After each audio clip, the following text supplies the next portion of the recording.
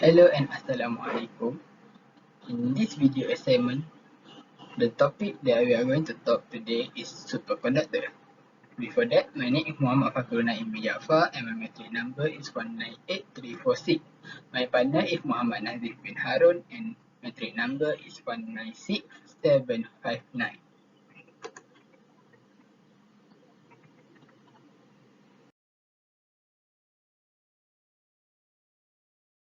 First, let me go to the introduction to superconductor.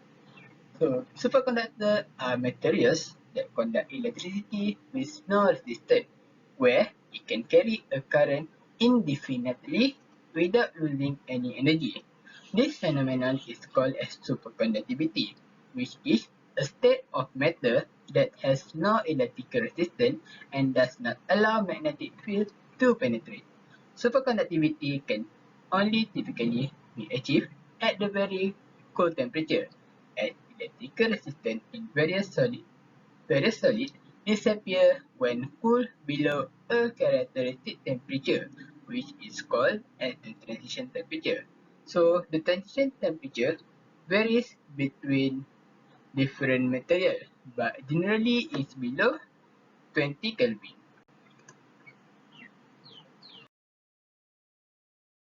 Next, we go to the type of superconductor. So there are two types of superconductor. So the first, which is type 1 and type 2 superconductor. So the property of type 1 superconductor is low critical temperature, low critical magnetic field, perfect diamagnetism, and perfect Meissner effect can occur. For the type 2 superconductor, its properties is high critical temperature, high critical magnetic field, hard superconductor material, and Meissner effect is imperfect. So these are the graph of type 1 superconductor, and here is the graph of type 2 superconductor.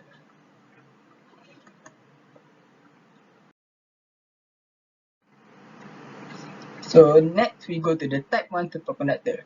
So type 1 superconductor is occur in two conditions. So the first condition is the zero resistivity, where it means very low temperature, and the second one is perfect Meissner effect, where magnet can levitate on top of a superconductor. So theory that can explain type 1 superconductor is the first Ginzburg-Landau equation, which is discovered in 1950, where it described the superconductivity near critical temperature. The second one is BCS theory, which is discovered in 1957, that explains why superconductivity occurs. The type 1 superconductor are also known as soft superconductor, as they lost their superconductivity easily. This type of superconductor is normally inhibited by pure metal.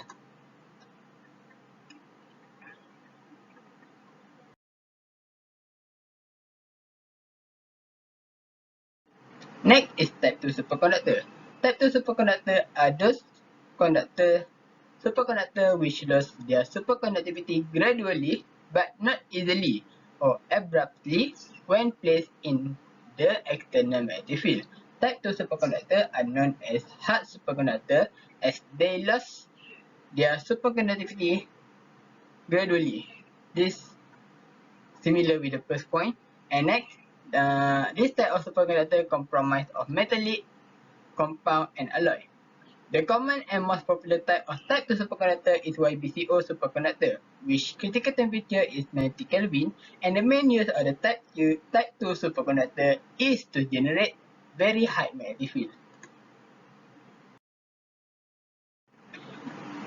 Last but not least, we go to the application of superconductor. So, superconductor can be used in certain applications. So the first one is superconducting cables in electric transmission network.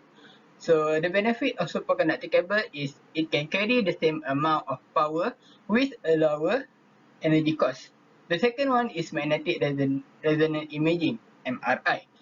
So by using MRI, we can see inside the body without invasive surgery, and other than that, MRI can produce extremely clear detailed image of soft tissue structure. And the last one is magnetic levitation train, or known as maglev. So by using maglev, it allows humans to travel from a place to another place in short time. The benefit of maglev is it is a very quiet operation and very effective for the maintenance as there are no friction force. So these are the pictures of application of superconductor. So here is the superconducting cables, here is the MRI, and here is the magnetic levitation thread. So that's all from me. Thank you.